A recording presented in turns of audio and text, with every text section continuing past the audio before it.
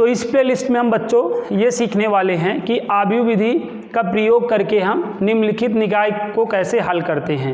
ठीक है, using matrix method हम इक्वेशन को सॉल्व कैसे करते हैं। ये टॉपिक आपके बोर्ड एग्ज़ाम में, चाहे आपका यूपी बोर्ड हो चाहे सीबीएसई बोर्ड हो, ये आपका क्वेश्चन बोर्ड एग्ज़ाम में 8 मार्क्स का हर बोर्ड में आता ही है। तो इसलिए आप बहुत अच्छे से समझिएगा ताकि आपका 8 मार्क्स जो है मिस ना हो। आइए स्टार्ट करते हैं। तो इस क्वेश्चन को हमें यूजिंग मैट्रिक्स मेथड द्वारा हल करना है। तो इसके लिए हमें फर्स्ट ऑफ ऑल क्या करना पड़ेगा ना, सबसे पहले हमें क्या करना पड़ेगा, लेट करना पड़ेगा, मानना पड़ेगा। ओके, क्या मानना पड़ता है ध्यान से समझिएगा। ax इक्वल टू क्या मानना पड़ेगा, b मानना पड़ेगा। ax इक्वल टू क्या मानेंगे, b। After x equal to क्या हो जाएगा बच्चों, अब a को RHS साइड ला लेंगे, a को RHS साइड ला लेंगे, a इनवर्स b बन जाएगा। क्या बन जाएगा, a इनवर्स b। ये आपका क्या हो गया बच्चों, इक्वेशन 1 हो गया। बोलिए यहाँ तक आया। ये यूजिंग मैट्रिक्स मेथड सॉल्व करने का ये प्रोसेस है। फर्स्ट ऑफ ऑल क्या करें आप, ax equal to b let करें, देन आफ्टर x की वैल्यू निकालें। तो x की वैल्यू निकालेंगे, a इनवर्स b हो जाएगा कि नहीं बताएं। यहाँ तक आ गया बात। उसके बाद आपको क्या करना है, ये x का मतलब क्या है बच्चों, वेरिएबल है, चर। x का क्या मतलब है, चर। चर को वेरिएबल बोलते हैं। ठीक है, यहाँ पे a मैट्रिक्स को मतलब जो है डिनोट करेगा, आव्यूह को डिनोट करेगा। a किसको डिनोट करेगा, मैट्रिक्स को, आव्यूह को डिनोट करेगा। और b किसको, कांस्टेंट को, अचर को डिनोट करेगा। किसको डिनोट करेगा, अचर को, मतलब कांस्टेंट को डिनोट करेगा। बोलिए यहाँ तक बात समझ में आई। अब यहाँ पे आपके क्वेश्चन में 2 ही वेरिएबल हैं, x और y। क्वेश्चन में 2 ही वेरिएबल हैं, क्वेश्चन में 2 ही तो चर हैं, x और y। और क्वेश्चन में 2 ही कांस्टेंट है, कौन, 5 - 7। ठीक है, और मैट्रिक्स क्या होगा बच्चों, जो x y का कॉफिशिएंट है। क्वेश्चन में जो वेरिएबल के कॉफिशिएंट होते हैं ना, उनसे आपको मैट्रिक्स बनता है। तो यहाँ पे अगर हमें ए रिटेन करना हुआ, मैट्रिक्स की वैल्यू लिखनी हुई, किसकी वैल्यू लिखनी हुई, ये मैट्रिक्स है। अगर हमें मैट्रिक्स की वैल्यू लिखनी हुई, आव्यूह ए की वैल्यू लिखनी हुई, तो हम क्या करेंगे ध्यान से समझिएगा, हम एक्स वाई का कॉफिशिएंट ले लेंगे। क्या ले लेंगे, एक्स वाई का कॉफिशिएंट। अगर जेड हो तो जेड का भी लेंगे, लेकिन अगर एक्स वाई ही है तो एक्स वाई का कॉफिशिएंट लेंगे। तो यहाँ पे एक्स वाई का कॉफिशिएंट का क्या है देखिए, चाहे रो वाइज देखिए चाहे कॉलम वाइज देखिए। ठीक है, तो ये कॉलम वाइज देखना हुआ और ये रो वाइज देखना हुआ। समझ में आया बात। तो हमें एक्स वाई जेड का कॉफिशिएंट रो या कॉलम वाइज कोई एक तरीके से देख लेना है। तो चलिए हम कॉलम वाइज देखते हैं। तो यहाँ पे देखें एक्स का कॉफिशिएंट क्या है, देख कर बताएं। 3 और 1 है यहाँ पे ना, यहाँ पे 3 है और जहाँ पे नहीं रिटेन हो तो 1 समझा जाता है। तो यहाँ पर क्या है, 3 और 1। ओके, फिर आपको वाई का कॉफिशिएंट लिख लेना है। किसका लिख लेना है, वाई का, विथ साइन ना, विथ साइन। यहाँ पे क्या है, 2 है ना, और यहाँ पे माइनस रहे तो रिटर्न करना ज़रूरी होता है, प्लस पे नहीं भी रिटर्न है तो प्लस माना ही जाता है। बताएं, ये पहला स्टेप आया। First of all A X equal B करें, एक्स इक्वल क्या हो जाएगा, ए इनवर्स बी, इक्वेशन 1 बोल दें। ओके, देन आफ्टर क्या करें, ए की वैल्यू लिखें। ए की वैल्यू कैसे रिटर्न की जाएगी समझ गए, जो एक्स वाई जेड के कॉफिशिएंट होंगे वो ए को डिनोट करेंगे, इस तरह ए को हम रिटर्न कर लेंगे। बताएं, आफ्टर अब आपको क्या करना है, ए आपको मिल गया है।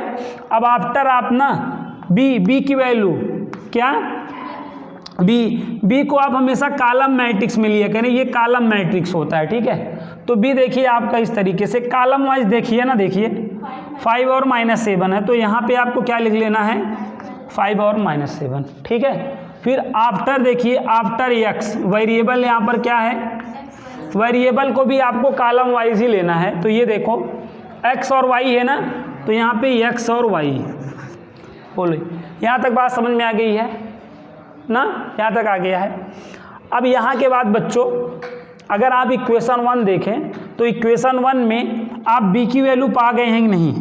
अगर आप देखें बी की वैल्यू ये हो गई कि नहीं, तो यहाँ तो ये वैल्यू रख देंगे, सही बात है, और कैपिटल एक्स के प्लेस पे ये वैल्यू रख लेंगे, ये वाली वैल्यू रख लेंगे। तो अब आपको समस्या किससे है, ए इनवर्स से। इक्वेशन 1 में आपके पास क्या नहीं है, ए इनवर्स नहीं है, तो इसका ए इनवर्स निकाल के यहाँ रख दीजिए, क्वेश्चन सॉल्व। तो यही है using matrix method solve the equation, solve the linear equation. ठीक है, तो अगर आपको इक्वेशन को यूजिंग मैट्रिक्स मेथड द्वारा सॉल्व करना है तो ये रिलेशन आप हमेशा याद रखें, ए एक्स बराबर बी तो एक्स बराबर ए इनवर्स बी। ठीक है, उसके बाद आपको क्या करना है, ए की वैल्यू ऐसे, बी की वैल्यू ऐसे, एक्स की वैल्यू ऐसे रिटेन करना है हमेशा। अब आप देखें इक्वेशन 1 में आपके पास बी की वैल्यू पता चल गई है और कैपिटल एक्स की वैल्यू पता चल गई है, क्या आपके पास नहीं है, ए इनवर्स। समझ में आ गया यहाँ तक? तो यहाँ तक की चीज़ें आप लोगों को समझ में आ गई होंगी। अब यहाँ के बाद हम क्या फाइंड करेंगे, A inverse. A inverse find करने से पहले इसका हमें फार्मूला पता होना चाहिए, किसका, ए इनवर्स का। तो बच्चों ए इनवर्स का फार्मूला होता है, ए इनवर्स का क्या फार्मूला होता है, हमेशा याद रखें, एडजॉइंट ए अपान क्या होता है, डिटर्मिनेंट ए या मॉड ऑफ ए होता है ना। तो अगर हमें ए इनवर्स निकालना हुआ, अगर हमें ए इनवर्स ज्ञात करना हुआ तो हमें दो चीज़ें ज्ञात करनी पड़ेगी, पहले mod A then adjoint A, फिर अपान करेंगे तब ए इनवर्स आएगा कि नहीं, बात को समझें। ए इनवर्स ऐसे ही नहीं ज्ञात हो जाएगा, तो इसके लिए आपको दो चीज़ें करना पड़ेगा, एडजॉइंट ए और मॉड ए निकालना पड़ेगा, और बगैर मॉड के एडजॉइंट ए निकलेगा नहीं। मतलब पहले मॉड ए निकालें, एडजॉइंट ए निकालें, जब दोनों निकल जाए तो क्या कर दें, फार्मूला दिख ही रहा है, अपान में कर दें, तो इससे आपको क्या आ जाएगा, ए इनवर्स आ जाएगा। तो अगर हमें क्या निकालना है बच्चों, ए इनवर्स निकालना है तो हम फर्स्ट ऑफ ऑल क्या निकालेंगे बताएं, पहले मॉड ऑफ ए निकालेंगे ना। तो ये ए है कि नहीं, ए है, तो ए पे हमें क्या लगाना पड़ेगा, शटर लगाना पड़ेगा कि नहीं, ए पे शटर लगा दो, ए पे क्या लगा दो, शटर। LHS साइड लगाए हो तो RHS साइड भी लगेगा, किधर लगेगा, दोनों साइड। जो एलिमेंट मैट्रिक्स पे है वही शटर लगाने के बाद भी एलिमेंट रहेंगे, इस बात को आप हमेशा याद रखें। बोले ये क्या है, आव्यूह से सारणिक में आना, मैट्रिक्स से डिटर्मिनेंट में आना। ये कौन सा मैट्रिक्स था, स्क्वायर मैट्रिक्स था, वर्ग आव्यूह था। ठीक है, वर्ग आव्यूह ही सारणिक होता है, वर्ग आव्यूह को ही सारणिक बोलते हैं। ठीक है, तो अगर वर्ग आव्यूह से सारणिक में आना है बच्चों, तो जो वर्ग आव्यूह के एलिमेंट हैं वही सारणिक के एलिमेंट होंगे। यहाँ पे आव्यूह का चिन्ह है तो वहाँ पे आप क्या करें, 2 वर्टिकल लाइन लगा दें, या आप कहें मॉड का साइन लगा दें, या डिटर्मिनेंट बोला जाता है, डिटर्मिनेंट का साइन लगा दें। बोले यहाँ तक बात समझ में आ गई। अगर ए से आपको मॉड ए निकालना है तो कैसे निकालोगे, समझ गए, दोनों साइड शटर लगा दो। देखो ए पे शटर लगा था ना यहाँ पे, तो आप क्या करो, दोनों तरफ शटर लगा दो। तो जब आप ए पे मॉड लगाओगे, ए पे शटर लगाओगे तो इधर भी शटर लगेगा ना। अब आप लोग बेटा एग्जाम में मिस्टेक क्या करेंगे, आप जो है मैट्रिक्स का साइन यहाँ पे भी लगा देंगे। ये कॉमन मिस्टेक है, मैं आपको बोल रहा हूँ ना। आप देखिएगा, मैं टेस्ट लूँगा हफ्ते 10 दिन बाद, आप ये मैं जो गलती कह रहा हूँ आप ज़रूर करेंगे। आपको यहाँ से सारणिक का साइन लगाना है। तो कुछ बच्चे क्या करते हैं, मैट्रिक्स से निकल ही नहीं पाते हैं, तो यहाँ पे भी मैट्रिक्स का साइन लगा देते हैं, गलत हो गया, एक भी नंबर मिलेगा नहीं। तो इसलिए आप ध्यान रखें, यहाँ पे क्या हो गया, मैट्रिक्स का साइन है ना, अब ये डिटर्मिनेंट का साइन है। ठीक है, अब इसको आप एक्सपेंड कर लोगे, क्या कर लोगे, एक्सपेंड कर लोगे। क्यों एक्सपेंड कर लोगे, क्यों इसका प्रसार कर लोगे, मान लो अगर 0 आ जाए तब तो हो गया, ए इनवर्स ज्ञात ही नहीं किया जा सकता है, क्योंकि मॉड ए नीचे होगा ना। जब नीचे 0 हो जाएगा ना, नीचे 0 होना मैथ के खिलाफ है ना, उसको तो आर्यभट्ट भी नहीं सॉल्व कर पाए, तो हम लोग क्या सॉल्व कर लेंगे खाक, हाँ, जो हमारे मैथमेटिशियन थे वो ही नहीं सॉल्व कर पाए ना, वही इतना बता के चले गए, उसको तो हम सॉल्व ही नहीं कर पा रहे हैं। यहाँ 0 हो जाएगा तो क्या सॉल्व कर लेंगे, नहीं सॉल्व कर पाएंगे। तो यहाँ पे इसीलिए हमें क्या करना पड़ेगा, इसको पहले एक्सपेंड करना पड़ेगा।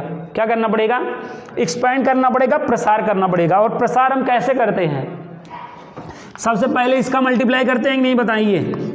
3 का -3 से करेंगे क्या हो जाएगा, -9। फिर अगले से जब करने लगेंगे तो सरकारी माइनस लगा लेंगे, तो बताएं यहाँ पे क्या आ जाएगा, -11 आ गया कि नहीं।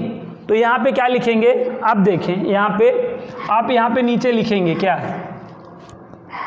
इसके नीचे लिखेंगे ये किसकी वैल्यू आई बताएं, ये मॉड ऑफ ए की वैल्यू आई कि नहीं, डिटर्मिनेंट ए की वैल्यू आ गई। यहाँ पे इसी के नीचे क्या लिखेंगे ना, determinant of A is not equal 0।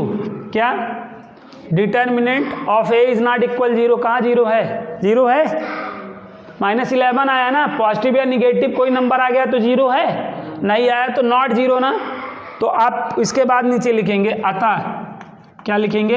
अतः ए इनवर्स ज्ञात किया जा सकता है। अतः ए इनवर्स ज्ञात किया जा सकता है, किया जा सकता है। बोले यहाँ तक बात समझ में आए कि नहीं?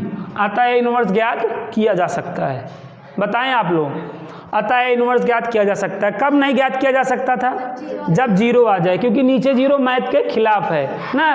उसको कह देना आर्यभट्ट, लेबनीज और जितने भी मैथमेटिशियन का नाम जानते हो वही नहीं सॉल्व कर पाए, हम क्या कर लेंगे? हम जो मैथमेटिशियन सॉल्व करके चले गए हैं उसको तो सॉल्व भी नहीं कर पाते हैं ना। जो है मैथमेटिशियन नहीं सॉल्व कर पाए, हम उनको क्या खाक सॉल्व कर लेंगे? तो यहाँ तक बात समझ में आया भाई? तो यहाँ पे क्या हो गया? अतः ए इनवर्स ज्ञात किया जा सकता है। अगर 0 आ गया होता तो बस यहीं पे क्वेश्चन खत्म था। अतः ए इनवर्स ज्ञात नहीं किया जा सकता है। समझ गए? तो सॉल्व समीकरण कब होगा, इक्वेशन सॉल्व कब होगा? जब ए इनवर्स ज्ञात किया जाएगा ना। अगर यहीं 0 आ गया होता तो 0 के लिए तो बच्चे विनती करते हैं ना, दुआ की जाती है कि 0 आ जाए, लेकिन ये दुआ बहुत कम कबूल होती है ना। कुछ आ ही जाता है ज़्यादातर क्वेश्चनों में ना, क्योंकि 0 आ जाए। अभी 8 नंबर 5 नंबर क्वेश्चन में 0 आ जाए तो सोने पे सुहागा हो जाए, मज़ा आ जाए, तब तो वहीं पे लिख के हमारा 8 नंबर हमको मिल गया ना। तो इसलिए मैं कह रहा हूँ दुआ बहुत कम लोगों की कबूल होती है, कुछ ना कुछ आ ही जाता है। तो यहाँ तक आप लोग पहुँच गए, यहाँ तक कर लेंगे ना? बोलिए यहाँ तक आ गया आप लोगों को? तो यहाँ तक आप चीज़ें समझ गए हैं। अब आगे देखें, अब आगे यहाँ के बाद क्या करना है, ध्यान से समझिएगा। यहाँ के बाद आपको क्या करना है बच्चों? अतः ए इनवर्स ज्ञात किया जा सकता है ना। अब यहाँ के बाद आपको सागुणनखंड लिखना है। क्या लिखना है? सागुणनखंड लिखना है। सागुणनखंड, यहाँ पे सागुणनखंड हेडिंग देंगे, ठीक है? सागुणनखंड हेडिंग देंगे और इंग्लिश मीडियम वाले जो बच्चे होंगे वो कोफैक्टर्स यहाँ पे लिखेंगे। क्या? कोफैक्टर्स, ठीक है? यहाँ पे ए इनवर्स ज्ञात किया जा सकता है कि नीचे आपको सागुणनखंड लिखना रहेगा। कोफैक्टर्स ना, सागुणनखंड या साखंड ना, यहाँ तक आ गया कोफैक्टर्स। तो कोफैक्टर्स किसका फाइंड आउट किया जाता है, ये बात आपको पता होना चाहिए। कोफैक्टर्स डिटर्मिनेंट का होता है। किसका होता है? डिटर्मिनेंट का होता है, सारणिक का होता है, ठीक है? हमेशा ध्यान रखिएगा, हम कोफैक्टर्स किसका निकालते हैं? डिटर्मिनेंट का निकालते हैं, सारणिक का निकालते हैं, ठीक है? और अब यहाँ पे देखें, ये है ना, इसी का हम क्या निकालेंगे? अब कोफैक्टर्स निकालेंगे। क्या निकालेंगे बच्चों? कोफैक्टर्स निकालेंगे। तो यहाँ पे कितने एलिमेंट हैं? 4 है ना, यहाँ पे 4 एलिमेंट हैं। तो हमारे कोफैक्टर्स कितने होने वाले हैं? 4 होने वाले हैं। क्या होने वाले हैं? 4। तो यहाँ पर एक बात आपको यहाँ पे हम बताना चाहेंगे, ध्यान दीजिएगा। देखें, जैसे ये 4 एलिमेंट है कि नहीं, बताएं? ये पहला रो है और ये दूसरा रो है कि नहीं? यहाँ पर आप समझ जाइएगा अच्छे से। यहाँ पे मैं आपको बता दे रहा हूँ, एक बार रिवाइज करा दे रहा हूँ। जैसे कोई ये मैट्रिक्स है, ये मैट्रिक्स है ना, ये क्या था? ये 2 रो था कि नहीं? पहला रो ये था, दूसरा रो ये था। ये पहला कॉलम था और ये दूसरा कॉलम है ना। तो ये 2 रो और 2 कॉलम देखो, यहाँ मीट हुए कि नहीं ना। तो ये जो मीट हुए वो एलिमेंट कहलाएंगे। क्या कहलाएंगे? एलिमेंट। तो अगर आपको इस एलिमेंट को लिखना हुआ तो मैथमेटिकली A11 लिखा जाएगा। क्या लिखा जाएगा? आप देख लो, रो और कॉलम का इंटरसेक्शन पॉइंट ही एलिमेंट होता है। तो ये देखो, पहला रो पहले कॉलम का इंटरसेक्ट पॉइंट था कि नहीं? A11 हो गया। ऐसे ये वाला देखो, पहला रो दूसरे कॉलम का है ना, तो ये कैसे लिखा जाएगा? A12। समझ में आ रहा बात? ऐसे ये वाला देखो, ये 2 और 1 का है ना, तो A21 और ये A22 ऐसे लिखा जाएगा कि नहीं? बताओ, समझ में आया? ये एलिमेंट को, जैसे हमें इसके एलिमेंट को लिखना होता है, ये एलिमेंट लिखना होता मैथमेटिकली, तो A11 बराबर 3 लिखता और A12 बराबर क्या लिखता? 2 और A21 बराबर 1 लिखता, A22 बराबर क्या लिखता? -3। लेकिन हमें क्या निकालना है, सा गुणनखंड कोफैक्टर्स निकालने हैं। तो कोफैक्टर्स को हम सी से रिप्रेजेंट करते हैं, किससे, सी से। तो कितने एलिमेंट है बताओ, जितने एलिमेंट उतने कोफैक्टर्स, जितने एलिमेंट्स उतने कोफैक्टर्स। तो हमें अभी क्या निकालना है, कोफैक्टर्स। अगर कोफैक्टर्स निकालना है तो हमारा पहला कोफैक्टर C11 बनेगा, जितने एलिमेंट उतने कोफैक्टर, 4 है ना तो 4 कोफैक्टर्स बनेंगे। पहला क्या बनेगा, C11। अब इसका मतलब समझ जाओ बस ना, C11 इसका ये मतलब है, देखो बेटा यहाँ पे ध्यान समझिएगा, जैसे ये लिखा है C11 तो यहाँ पे नंबर 1 ना रो और कॉलम होता है। C11 का मतलब पहला रो दूसरा कॉलम ना, कोई भी मैट्रिक्स का ऑर्डर क्या होता है, रो बाई कॉलम। अगर C11 करके लिखा है मतलब नंबर 1 वाला क्या है, रो, और नंबर 2 वाला क्या है, कॉलम। तो यहाँ पे देखिए रो क्या है 1 और कॉलम भी क्या है 1 ना। तो इसका ये मतलब है पहला रो पहला कॉलम, पहला रो पहला कॉलम भूल जाओ, ठीक है, पहला रो पहला कॉलम भूल जाओ, ठीक है, फॉरगेटिंग कर जाओ। तो पहला रो देखो ये है कि नहीं बताओ, पहला रो ये है और पहला कॉलम ये। C11 का क्या मतलब है बच्चों, क्या कवर कर दो, क्या कवर कर दो, पहला रो और पहले कॉलम को कवर कर दो, ठीक है, ढक लो, कवर मतलब ढक लो, ठीक है। सी का मतलब कवर हो गया ना, सी फॉर कवर। तो क्या कह रहा है, पहला रो पहला कॉलम को क्या कर दो, कवर कर दो ना, ढक लो। तो पहला रो और पहले कॉलम को कवर कर दिए, ढक लीजिए, तो क्या बचा -3, ठीक है। तो यहाँ पे क्या लिख दो, -3 लिख दो, क्या लिख दो, -3 लिख दो। और अब यहाँ पे रो प्लस कॉलम करो, क्या करो, रो प्लस कॉलम। तो यहाँ पे रो प्लस कॉलम करो तो ये 1 + 1 क्या आएगा, 2 आएगा। 2 सम है कि विषम, 2 इवन है कि ऑड, इवन। तो इवन होने पे प्लस लेना है, समझे बच्चों। अगर रो प्लस कॉलम किए क्या आया, इवन आया, क्या आया, इवन। सम आया तो क्या लेना है, प्लस, ध्यान समझना। और रो प्लस कॉलम अगर क्या आया, ऑड आया, ऑड आया, विषम आया तो क्या लेना है, माइनस लेना है, हमेशा इस बात को याद रखो। तो यहाँ पे पहला काम क्या करना है, समझ गए, C11 लिखा, C का मतलब कवर, और किसको कवर करो, किसको कवर अप देना है, किसको कवर करना है, पहला रो पहला कॉलम। तो जब हमने पहले रो पहले कॉलम को कवर दिया तो क्या बचा, -3। उसके बाद यहाँ पे रो प्लस कॉलम करें, रो प्लस कॉलम किया, रो प्लस कॉलम किया तो क्या आया, इवन आया, सम आया, इसलिए प्लस। अब प्लस का माइनस से गुणा करेंगे, माइनस ही रहेगा, इसलिए C11 की वैल्यू क्या होगी बच्चों, -3 हो गई। बोलिए समझ में आ गया।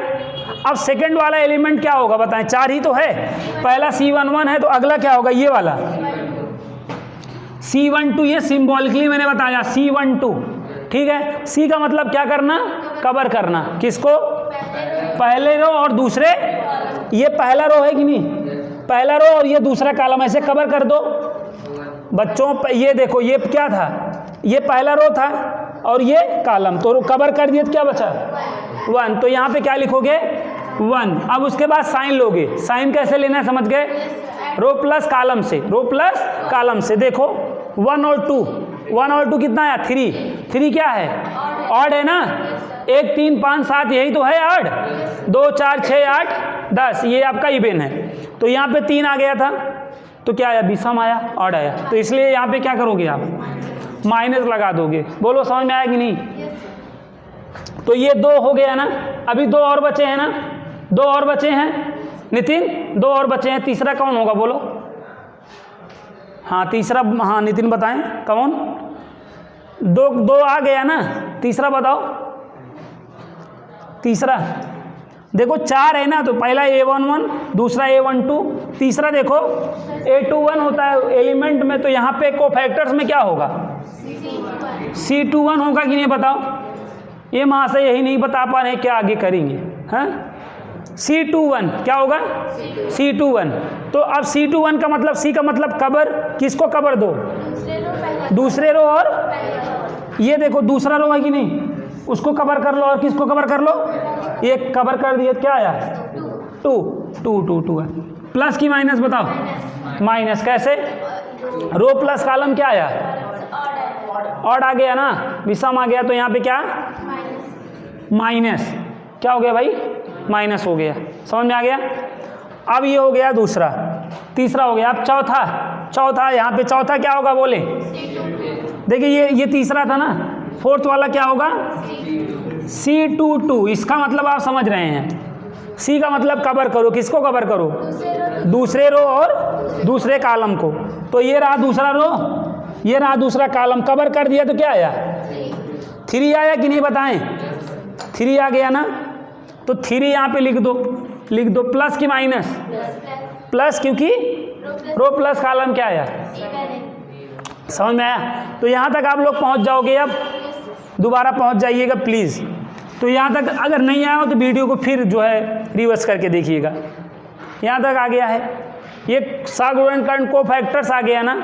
अब यहाँ पे क्या लिखेंगे कि माना सागुणनखंडों से, यहाँ पे लिखना पड़ेगा माना सागुणनखंडों से बना माना सागुणनखंड के अवों से, आप लिखिएगा क्या? माना सागुणनखंड के अवयवों से माना सागुणनखंड के अवों से बना आव्यूह C है। क्या है? C है। माना सागुणनखंड के अवों से बना आव्यूह C है। तो ये क्या थे? एलिमेंट आपको फैक्टर्स थे ना। तो यहाँ पे आप लेट कर लोगे कि एलिमेंट आप लेट बी द एलिमेंट आपको factors is generate new matrix C ना। देन क्या हो जाएगा बच्चों? देन क्या हो जाएगा? तब C की वैल्यू क्या हो जाएगी? तब C की वैल्यू आपने क्या माना है? देखो, आव्यूह माना है। क्या माना है? मैट्रिक्स माना है। तो यहाँ पे मैट्रिक्स का साइन, अब यहाँ पे आप गलती करेंगे। अभी यहाँ पे साणिक चल रहा था ना, तो आप साणिक की धुनकी में रहेंगे, तो यहाँ पे भी आप ना कहेंगे आव्यूह, लेकिन आप क्या करेंगे? साणिक का चिन्ह लगा देंगे। लीजिए, यही सब माइनर मिस्टेक है, मत करिए प्लीज़। तो यहाँ तक आया, तो यहाँ पे आप क्या करेंगे? आव्यूह का चिन्ह लगाएंगे और जो ये एलिमेंट्स आए हैं उनको लिख देंगे ना। लिख दीजिए, तो क्या हो जाएगा बताएं? -3 -1 -2 3। समझ में आएगी नहीं? तो ये क्या आ गया? सागुणनखंडों से, सागुणनखंड के अवों से बना आव्यूह आ गया C। ठीक है, तो यहाँ तक बात समझ में आ गई? तो यहाँ तक कर लेंगे ना आप, कोई दिक्कत तो नहीं होगी। चलिए, अब यहाँ के बाद आपको क्या करना है मैं आपको बताता हूँ। इधर हमें थोड़ा इरेज करना पड़ेगा। और मॉड ऑफ A की वैल्यू क्या आई याद रखिएगा? -11 आई है ना। चलिए याद रखिएगा, तो यहाँ पे थोड़ा सा याद रखिएगा। ये चीज़ मैं इरेज कर रहा हूँ तभी क्वेश्चन हो पाएगा। बाकी आप लोग को समझ लीजिए, वीडियो देख के आप कॉपी कर लीजिएगा। यहाँ तक आ गया है। माना सागुणनखंडों के अवों से बना आव्यूह C है। ठीक है, तो आपको आ गया। अब आप यहाँ पे लिखेंगे साखंडज। क्या लिखेंगे? साखंडज यहाँ पे लिखेंगे, साखंडज ना। साखंडज को क्या बोलते हैं? साखंडज को ही एडजॉइंट A बोलते हैं। यही तो है एडजॉइंट A। एडजॉइंट A की डिफिनेशन क्या होती है सुनिएगा। ठीक है, सागुणनखंडों के अवों से ना, सागुणनखंडों के अवों से बने आव्यूह का परिवर्त आव्यूह। ये सागुणनखंडों के अवों से बना आव्यूह है कि नहीं? सागुणनखंडों के अवों से ये बना आव्यूह है कि नहीं? तो यहाँ पे आप साखंडज एडजॉइंट A लिखिएगा और उसकी क्या लिख दीजिएगा? परिभाषा लिख दीजिएगा। ठीक है, क्या लिख दीजिएगा? परिभाषा लिख दीजिएगा साखंडज ना। चूंकि सागुणनखंडों के अवों से बने आव्यूह का परिवर्त आव्यूह ना, चूंकि यहाँ पे लिख दीजिएगा, चूंकि सागुणनखंडों ना, सागुणनखंडों के अवयवों से बने आव्यूह के परिवर्त आव्यूह को साखंडज आव्यूह कहते हैं ना। परिवर्त आव्यूह को साखंडज आव्यूह कहते हैं। ठीक है, बात समझिए। ये लाइन आप चिपका दीजिएगा ना, यहाँ तक आप पहुँच गए। अब क्या करेंगे आप, सखंडज निकाल लेंगे, एडजॉइंट ए निकालेंगे। तो एडजॉइंट ए क्या होता है समझ गए, सगुणन खंडों से जो आव्यूह बना रहता है, ये बना है कि नहीं, इसका क्या, परिवर्त आव्यूह। परिवर्त, ये परिवर्त का मतलब डैश, परिवर्त का क्या मतलब है, इसका परिवर्त आव्यूह ना, मतलब इसका डैश, क्या, इसका डैश, इस पे डैश लगा दो। ये परिवर्त आव्यूह का मतलब है। किसी भी आव्यूह के परिवर्त आव्यूह का मतलब गिवन का डैश, ये गिवन है ना, तो इसका डैश ही क्या कहलाएगा, परिवर्त आव्यूह कहलाएगा। और डैश में क्या करना होता है, मैंने आपको बहुत अच्छे से बताया था ना, जो लेटा हुआ है उसे खड़ा कर दो, या जो खड़ा हुआ है उसे लेटा दो, तो वही दिए गए का क्या कहलाता है, डैश कहलाता है, परिवर्त कहलाता है। तो यहाँ पे देखो कौन लेटा हुआ है, -3 -1 ना, इसको खड़ा कर दो। देखो ऐसे खड़ा करा जाएगा कि नहीं, लेटे हुए को खड़ा करना, ठीक है, वो आपका आव्यूह डैश कहलाता है। ये देखो ये लेटा हुआ है ना, इसको खड़ा किया, अभी ये भी लेटा हुआ है, इसको भी खड़ा कर दो, तो ये क्या कहलाएगा। तो यहाँ पे डिफिनेशन क्या कह रही है, सगुणन खंडों ना, सगुणन खंडों के अवों से बने आव्यूह का परिवर्त आव्यूह सखंडज आव्यूह कहलाता है। तो ये परिवर्त आव्यूह आ गया कि नहीं, अब यही क्या कहलाएगा, अरे यार सगुणन खंडों के बने आव्यूह से परिवर्त आव्यूह आ चुका है ना, डैश, परिवर्त आव्यूह का मतलब डैश, तो डैश आ चुका है। अब यही क्या कहलाएगा, सखंडज। तो क्या, अब यही को एडजॉइंट ऑफ ए बोलोगे, क्या बोलोगे, सी डैश को ही अब क्या बोल दोगे आप, एडजॉइंट ऑफ ए बोल दोगे। बोलो, यहाँ तक बात समझ में आ गई, बताओ। तो अब आप ए इनवर्स नहीं निकाल सकते, अब ए इनवर्स नहीं निकाल लोगे। ए इनवर्स का क्या फार्मूला था, याद करो, adjoint of A upon mod of A, यही तो था। इसका ये मतलब होता है, आप समझो, 1/mod of A into adjoint A. जब ऐसे लिख दिया जाता है तो कुछ बच्चे कंफ्यूज हो जाते हैं, लो भाई अपान में है तो इसको ऐसे नहीं लिखा जाएगा, लिख दिया जाएगा तो कोई दिक्कत थोड़ी है। चलो, अब 1/mod ऑफ ए की वैल्यू क्या आई थी स्टार्टिंग में, जाओ क्या, तो यहाँ पे -11 लिख दो, ठीक है। एडजॉइंट ए की वैल्यू क्या आई है देख लो, एडजॉइंट ए की वैल्यू क्या है, -3 -2 -1 +3। यहाँ तक बात समझ में आ गई है।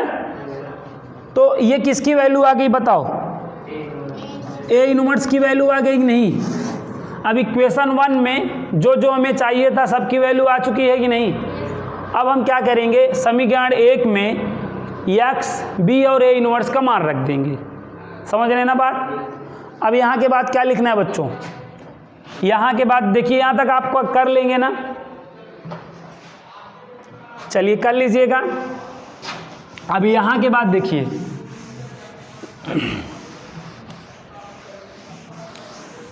अब यहाँ के बाद, अरे यार गड़बड़ हो गया यार। अब यहाँ देखो ए इनवर्स आ गया है, क्या, ए इनवर्स आ गया है। अब आपको करना क्या है बच्चों, अब क्या करना है आपको, समीकरण 1 में ना, समीकरण 1 में x, b तथा ए इनवर्स का क्या रख देना है, मान रख देना है। अब ए इनवर्स का मान क्या है, यहाँ पे देखो -3, यहाँ पे क्या था, -1, यहाँ, हाँ यहाँ +3 था। और ये ना का मान रखने पर तो मान नीचे रखिएगा, आप लोग को याद है, बहुत अच्छी बात। समीकरण 1 में x, b तथा ए इनवर्स का मान रखने पर, तो समीकरण 1 पहले लिखिए। समीकरण 1 आपका है क्या, x बराबर ए इनवर्स b। ध्यान दीजिएगा, x की वैल्यू यहाँ पर क्या है, देखिए xy स्टार्टिंग में निकाला था, ए इनवर्स का 1/-11 ना, फिर -3 -1 ना, फिर हाँ ये किसकी वैल्यू रखा हूँ, ए इनवर्स की, और बी की वैल्यू देख लीजिए 5 माइनस 7। यहाँ तक आया समझ में, यहाँ तक आ गया सबको। ये जो नंबर रहे ना इसका गुणा यहाँ कर लिया करो इधर, ठीक है, खामिखा आपकी टेंशन बढ़ाएगा। ये -11 है ना, तो ऐसे यहाँ आ जाएगा -11 और ये मैट्रिक्स XY हो जाएगा, बोलो, और इक्वल टू, अब यहाँ पे मल्टीप्लाई करना है, इसका ऐसे करना है मल्टीप्लाई ना। ये एरो है कि नहीं, ये एरो का क्या है, टेल है, और ये क्या है, हेड। ये एरो का क्या है, टेल, और ये क्या है, हेड। तो टेल का टेल से मल्टीप्लाई करना है, क्या करना है, टेल का टेल से मल्टीप्लाई करिए, -15, फिर हेड का हेड से करिए, और जो साइन है यहाँ लिख दीजिएगा, माइनस माइनस प्लस, यहाँ पे प्लस, समझ रहे हैं ना, और ये 14 हो जाएगा। बताइए, ये जो फर्स्ट वाला रो था यहाँ पे कॉलम में मल्टीप्लाई कर दिया ना। अब इसको आप ढक लीजिए, समझ गए। अब अगला वाला मल्टीप्लाई करेगा, अब अगले इसको ढक लीजिए, अब ये वाला इसमें मल्टीप्लाई करेगा, करिए, -5 -21, यहाँ बंद, समझ में आया। अब केवल 2 स्टेप बचा है बस। ये -11 यहाँ पे मल्टीप्लाई करेगा, ये क्या हो जाएगा अगर आप करना चाहें तो, -11x -11y, और इक्वल टू बताएं, इक्वल टू, हाँ देखिए, -1 -26, समझ में आया बात। अब कंपेयर कर दो, क्या कर दो, ये इसके इक्वल हो जाएगा, मतलब क्या हो जाएगा, -11x इक्वल टू -1 हो जाएगा। तो ये माइनस माइनस क्या हुआ, प्लस, और x की वैल्यू 1/11 हुआ कि नहीं। अब इसका इससे कंपेयर कर दो, -11y equal to -20, minus minus क्या हो गया, प्लस, तो 26 अपान क्या आया, 11, तो y की वैल्यू आ गई कि नहीं। तो हल करने का मतलब इक्वेशन में उपस्थित x y z का मान निकालना, तो x y तक x y का मान निकालने लिए, तो ये आपने यूजिंग मैट्रिक्स मेथड किया ना। यहाँ पे आप आंसर की जांच कर सकते हो, उत्तर की जांच कर सकते हैं। उत्तर की जांच कैसे करेंगे, ये x और y की वैल्यू आई है ना, तो आपको ये 2 इक्वेशन दिए गए हैं नहीं, दोनों में किसी में भी रख दो, उसका राइट साइड आना चाहिए, समझ रहे हैं ना। तो आप यही फर्स्ट वाला इक्वेशन ले लो। फर्स्ट वाला इक्वेशन क्या है, 3x + 2y = 5 है ना। इसमें अगर हम x y की वैल्यू रख दें, अगर राइट साइड आ रहा है तो जान लो हमारा आंसर एकदम करेक्ट आया है ना। तो using matrix method solve the equation के लिए आपका जो भी 8 नंबर एकदम श्योर हो सकता है। x y की जब वैल्यू निकल जाएगी तो आप यहाँ पे जो भी इक्वेशंस रहेंगे उसमें एक में रख के ज़रूर देख लीजिएगा, जो इजी वाला लगे रख के देख लीजिएगा, अपना आंसर टेस्ट कर लीजिए, एकदम 101% श्योर हो जाइए कि हमारा नंबर 8 नंबर तो हमारा नहीं कटने वाला है ना। कुछ लोग अब यहाँ पे देखिए, मैं रख देता हूँ, लेफ्ट हैंड साइड लीजिए। लेफ्ट हैंड साइड क्या है आपका, 3x + 2y, 3 इंटू देखिए x की वैल्यू क्या है 1/11, 2 इंटू वाई की वैल्यू क्या है 26/11। अब देखें ये 3/11 हो जाएगा 52/11। अब इसको ऐड कर लीजिए ऊपर वाले को 55/11, और देखिए कैंसिल आउट कर दीजिए, 5 आ गया कि नहीं, राइट हैंड साइड आ गया ना, तो हमारा आंसर एकदम करेक्ट है। तो इस विधि द्वारा हमें अभी भी मतलब करना होता है ना। तो ये 2D का क्वेश्चन है, क्या है 2D का। ऐसे में 3D वाले हमारे बोर्ड एग्जाम में आते हैं, लेकिन अगर आप 2D ही नहीं सॉल्व कर पा रहे हैं ना, तो 3D आप नहीं सॉल्व कर पाएंगे, क्योंकि जो प्रोसेस जो स्टेप यहाँ कर रहे हैं वही 3D में करना रहेगा। तो इसलिए आज मैं आपको इस प्लेलिस्ट में ये क्वेश्चन आपको मैंने सिखा दिया है। तो मैं आपको ज़्यादा नहीं लेकिन कम भी नहीं 5 क्वेश्चन मैं दे दे रहा हूँ। कितने, 5 क्वेश्चन। तो आप इस प्रोसेस के माध्यम से सॉल्व करिएगा और ऐसे उत्तर की जांच करिएगा, ठीक है। तो आप नोट कर लें तो जल्दी से, कमोन हमारे साथ नोट कर लीजिए। x + y = 7। ईजी क्वेश्चन दे रहे हैं ताकि जल्दी से आप लोगों का हो जाएगा। मेन काम यहाँ पे स्टेप को सीखना है ना, और कल हम जो है 3D वाला क्वेश्चन सीखेंगे ना, और आप लोग इसको ज़रूर सीख लीजिएगा और नितिन कल ना कोई एक्सक्यूज नहीं, अगर गलत हो गया बच्चा ना तो ठीक नहीं होगा तुम्हारे साथ ना, कहोगे मेरे साथ अन्याय हुआ, बता दे रहे हैं। अब वैभव आप भी तैयार करके आइए बेटा, ऐसे नहीं चलेगा डेली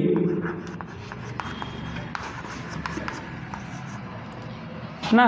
ये मैं आपको 3 ही खुराक दे रहा हूँ ना, सुबह दोपहर शाम, ये अपना ले लीजिएगा और इन 3 क्वेश्चनों को सॉल्व करके आइए। और इस प्लेलिस्ट में इतना ही। अगले प्लेलिस्ट में हम यूजिंग मैट्रिक्स मेथड आपको 3D में कैसे आपका यूजिंग मैट्रिक्स मेथड सॉल्व होता है उसको सिखाएंगे।